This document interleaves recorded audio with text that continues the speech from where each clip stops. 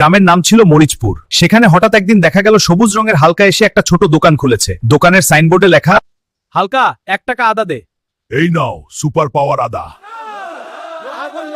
আরে বাবা, এটা তো 1 কেজি হয়ে গেল। বাবা, আদা কিসের উপকার? আমার হাতে সব বড় হয়ে যায়। আদা হজমে সাহায্য করে, ব্যথা কমায়, রোগ প্রতিরোধ করে। আদা খেলে কাশি পালায়, সর্দি ভয় পায়। সুরি খুশি হয়ে বলল, 2 টাকার দে বাবা।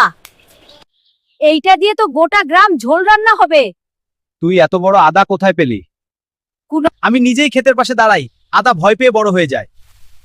এই দিয়ে তো থানার বদলে হোটেল। ও ভাই, আদা নিলে প্রেম বাড়ে। অবশ্যই, আদা ঝাল, মুখ গরম, কথা মিষ্টি, প্রেম পাকা। 1 টাকা দে। এইটা নিয়ে গেলে মেয়ে আমাকে ব্লক করবে। হালকা দিল এমন এক টুকরা আদা। ক্যালকার দোকান না থাকলে আমাদের কাশি হতো, আর তো গল্প কম হতো।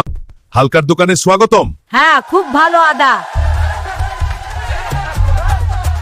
হালকার দোকানে স্বাগতম। হ্যাঁ, খুব ভালো আদা।